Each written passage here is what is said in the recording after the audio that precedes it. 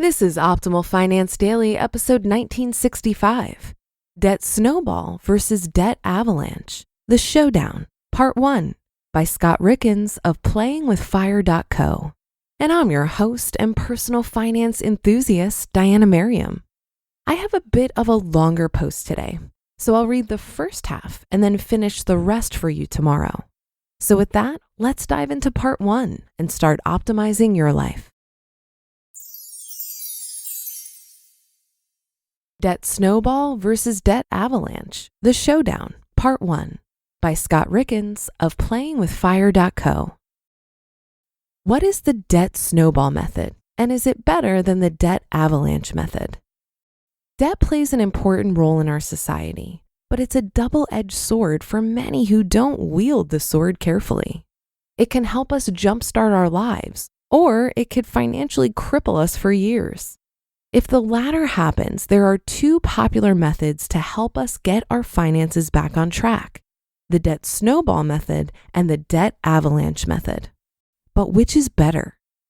The debt snowball method involves paying off the debt with the lowest remaining balance first. The debt avalanche method involves paying off the debt with the highest interest rate first. The debt avalanche method can save the most money, though the best method is dependent upon the user. If the debt avalanche method saves the most money, doesn't that inherently make it the better method? Not necessarily. Keep listening to find out why. What is the debt snowball method? The debt snowball method involves paying the minimums on all of your debts except one. This one debt will be your focus debt. With the snowball method, the focus debt will always be the debt with the lowest remaining balance, regardless of interest rate. By paying off debt this way, you're sacrificing a bit of efficiency in terms of how much money you could be saving by paying your debt down. However, the psychological aspect of paying down the debt plays a huge part in why you would choose this method. What does the debt snowball method look like? Let's show an example using some debts the everyday person deals with on a day-to-day basis. Student loans. $10,000 balance, minimum payment of $140 a month at a 5% interest rate. Car note, $15,000 balance, minimum payment of $250 a month at a 3% interest rate. Credit card, $16,000 balance, minimum payment of $96 a month at a 22% interest rate. Mortgage, $150,000 balance, mortgage payment of $1,200 a month at a 4% interest rate.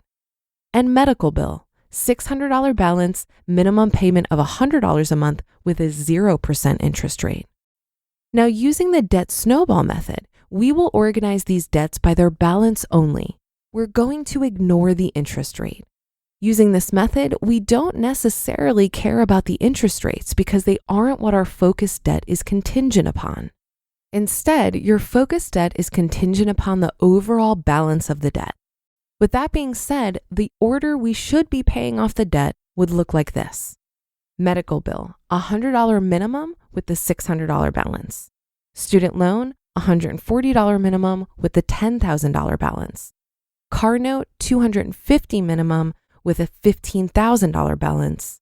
Credit card, $96 minimum with a $16,000 balance. And mortgage, $1,200 with a $150,000 balance. Using the debt snowball method.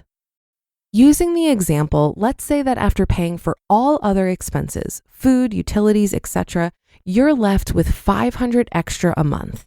You decide to throw this extra cash at your debt. With the snowball method, we would continue to pay the minimums on all of our debts except the one with the smallest balance, which in this example is the medical bill.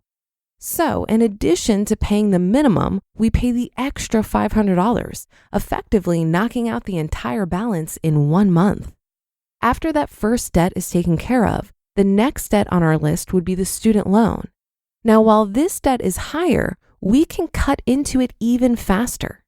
$140, the minimum, plus $500, what we set aside, plus $100, which is the extra cash you freed up from paying off your medical bill, equals $740. Using that $740, you'll be able to pay off $10,000 in student loans in just over 13 months. 13 months may sound like a long time, but if you continued to only pay the minimums towards your student loans, it would take nearly 6 years to pay off just the student loans. Using the Snowball method, you've managed to knock out $10,600 of debt in just 14 months. Let's play out the rest of the example. So after you've said goodbye to that student loan debt, you'll add that $740 to the $250 you're paying towards your car note. So even though this is the biggest debt you've tackled yet, $15,000, you'll be throwing a whopping $990 a month at that debt. This method would get you out of $15,000 of debt in just over 15 months. Next, we'll take that $990 and we'll add it to the $96 minimum on our credit card, bringing our debt-crushing money to a whopping $1,086 a month. The huge $16,000 debt left on our credit cards would be gone in just under 15 months. Lastly, the house. Adding $1,086 to the $1,200 minimum would allow us to hit the mortgage with a $2,286 payment every month. In 5.5 years, you would have paid off your entire mortgage. Using this method and this example, we paid off $191,600 of debt in under 9 years. What's crazier is that this isn't actually accurate. In our example, the only thing we tracked month after month was the focus debt. So while this example does a great job highlighting the power of the Snowball method through compounding your debt-crushing funds, in reality, the minimum payments you were making on all of your debts would have been continuously bringing down the overall balances the entire time. Also, in those 9 years, there's a good chance you get a raise from your job or perhaps decide to earn more money through a side hustle to increase the amount of money you could dedicate to eliminating the debt. So in reality, this 9-year time span could be even faster. Ah, the power of compounding. What's the debt avalanche method? The debt avalanche method is actually very similar to the debt snowball method and may be the most powerful tool to get you out of debt as quickly and as efficiently as possible. In this method, you'll do everything exactly the same as we did in the snowball method. However, our focus debt won't be based on the remaining balance like in the previous example. Rather, it would be based on the interest rate. What does the debt avalanche method look like? Using the previous example again, the order in which you pay off the debt would look like this: the credit card with 22% interest rate, the student loans with a 5% interest rate, the mortgage with a 4% interest rate, the car note with a 3% interest rate, and the medical bill with a 0% interest rate. Now, by paying off your highest interest rate first, you'll not only save more money, but depending on how many debts you have, you will possibly get out of debt even faster than with the snowball method. Let's look at a simpler example this time. Let's say you have 3 credit cards with different balances and interest rates. Credit card. $8,000 on credit card A with a 22% interest rate and $227 minimum payment. $16,000 on credit card B with a 29% interest rate, $547 plus $100 minimum payment. $4,000 on credit card C with a 16% interest rate and a $94 minimum payment. Let's say after all other expenses are paid, you're able to throw an extra $100 at your debt every month. Using the debt avalanche method, credit card B would be our focus debt because it has the highest interest rate. The minimum payment on credit card B is $547 plus the $100 we set aside to help tackle our debt. $547 plus $100 is $647. By tackling our debt in order of highest interest rate, we would pay off all of these debts in 45 months. If the snowball method were used, you would have paid off the debt in 46 months, but you would have paid an extra $1,524 due to the higher interest rates sitting for a longer period. And that's just the first debt covered. Is the debt avalanche method better? Hear that on tomorrow's episode.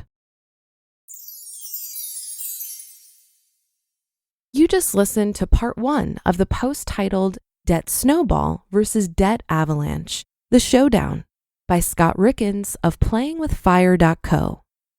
The snowball method of debt payoff has been popularized by Dave Ramsey and his baby steps method to improving one's finances.